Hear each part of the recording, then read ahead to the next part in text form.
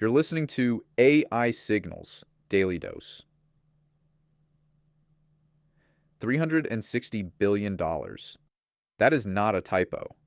Over the past 5 days, the biggest names in technology pledged $360 billion to build AI infrastructure in one country. Not the United States, not China, India. And by the end of this episode, you will understand why not everyone in that room was celebrating. This is your daily dose for February 20th, 2026. Today, we are going deep on the India AI Impact Summit, the largest mobilization of AI capital the world has ever seen. We will cover what was actually pledged and by whom, why India, and why right now, and the uncomfortable question that nobody at the summit wanted to answer out loud. Let's get into it. So let's start with the sheer scale of what happened this week, because it really is staggering. The India AI Impact Summit wrapped up today in New Delhi, held at Bharat Mandapam over 5 days. This is the fourth summit in the Global AI Governance Series, following events in Bletchley Park in 2023, Seoul in 2024, and Paris in 2025. But this one is different in a fundamental way. It is the first time a global South nation has hosted this summit, and India made sure the world noticed. Here's the investment scorecard. Reliance Industries, the conglomerate run by Mukesh Ambani, pledged $109.8 billion over 7 years.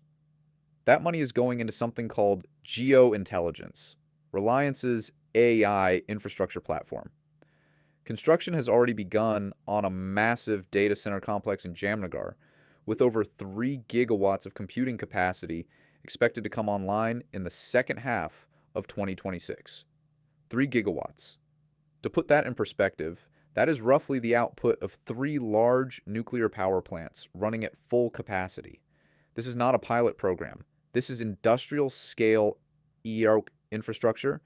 Then there's Adani Group, the conglomerate that built its empire in ports, airports, and energy.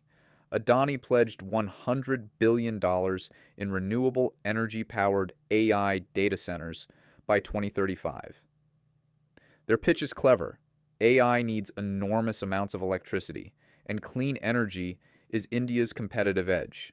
Adani says this pledge could ripple outward and trigger an additional $150 billion across related industries, server manufacturing, sovereign cloud platforms, and so on. That is $250 billion AI ecosystem from a single announcement. And the global tech giants joined the party. Microsoft committed $50 billion specifically for Global South AI infrastructure, with $17.5 billion going to India alone. Google announced $15 billion over 5 years to establish its first AI hub in the country. Amazon committed $35 billion by 2030. Blackstone put $600 million into an Indian AI cloud startup called NASA, which is deploying 20,000 graphics processing units for AI training. The Indian government itself earmarked $1.1 billion for a state-backed AI venture capital fund. The total? Over $360 billion from one summit in 5 days. That number is so large, it starts to lose meaning. So here is a frame. The entire annual economic output of Pakistan is roughly $350 billion. India just attracted more AI investment than its neighbor produces in a full year, in a single week. Now, those numbers did not materialize out of nowhere. There is a reason this happened in India, and there is a reason it happened right now. India has something no other large economy can offer in quite the same combination. A population of 1.4 billion people, a massive English-speaking technical workforce, a democracy that Western companies can invest in without the geopolitical risk that comes with building deep infrastructure in China, and a government that has made AI a national priority, framing it explicitly as a tool for economic transformation. Prime Minister Narendra Modi delivered a keynote. So did French President Emmanuel Macron. Sam Altman from OpenAI was there, Dario Amodei from Anthropic, Sundar Pichai from Google, Demis Hassabis from Google DeepMind. 20 heads of state attended, 45 ministerial delegations. This was not a technology conference. It was a geopolitical event with a technology agenda. And underneath all the pageantry, there is a genuine, urgent problem these investments are trying to solve. Microsoft President Brad Smith put it plainly. He said that AI, more than any other technology this century, will play a pivotal role in either closing the economic divide between the global north and the global south, or exacerbating it and making it even wider. That is the real stakes. Right now, according to Microsoft's own data, AI usage in the global north is roughly double that of the global south. The gap is not about willingness to use AI, it is about infrastructure, compute, data centers, high speed connectivity. If you do not fix the infrastructure gap, the AI productivity gains flow to the countries that already have everything, and everyone else falls further behind. India's pitch is that it can break that cycle, not just for itself, but as a model for the developing world more broadly.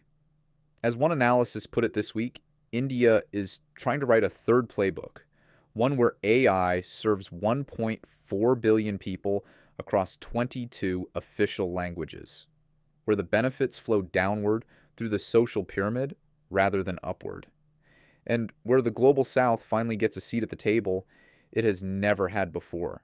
That is a genuinely compelling vision. But here is the turn that the summit's highlight reel left on the cutting room floor. When you look closely at who is doing the investing, you notice something. The biggest domestic commitments are from Reliance and Adani, two of India's most powerful conglomerates, both with deep ties to the ruling government. The global commitments are from Microsoft, Google, Amazon, and Blackstone. These are not neutral actors building public infrastructure. They are private companies making rational bets on the world's largest untapped market. The money is enormous. But who owns the infrastructure? Who controls the data? Who captures the economic value when all of this is built? United Nations Secretary General Antonio Guterres put it bluntly. He called for open AI access and warned against leaving the future of AI to, and I am quoting here, the whims of a few billionaires. That warning landed in a room full of billionaires.